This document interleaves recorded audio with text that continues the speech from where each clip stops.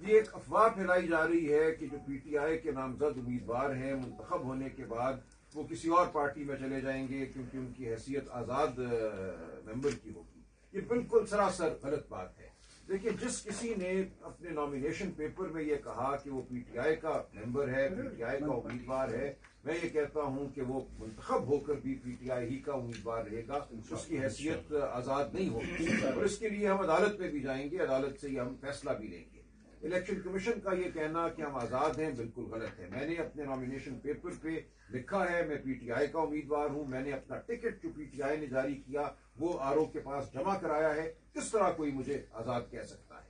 لیکن اس کے باوجود میں یہ کہتا ہوں کہ ہم سب امیدواروں کو آپ سب کے سامنے پیش ہو کر قرآن پاک پہ حلف لینا چاہیے کہ ہم عمران خان اور پی ٹی آئی کے وفادار نہیں.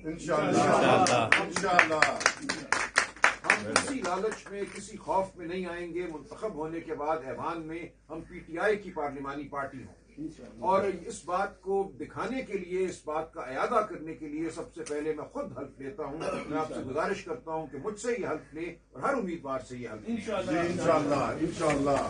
پیچھے ہو جائیں سر, نہیں ٹھیک ہے جی. میں قرآن پاک پہ ہاتھ رکھ کے خدا تعالیٰ کو حاضر ناظر جان کے یہ عہد کرتا ہوں کہ منتخب ہونے کی صورت میں ہر حال میں پی ٹی آئی کا وفادار رہوں گا, عمران خان کا وفادار رہوں گا. پارلیمنٹ کے اندر میں پی ٹی آئی کی پارلیمانی پارٹی کا ممبر رہوں گا. میں تصور بھی نہیں کر سکتا کہ عمران خان اور پی ٹی آئی سے میں غداری کروں, کسی اور طرف جاؤں.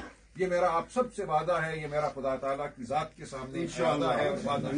میں آپ سب کی مدد کا طلبگار ہوں. بہت شکریہ.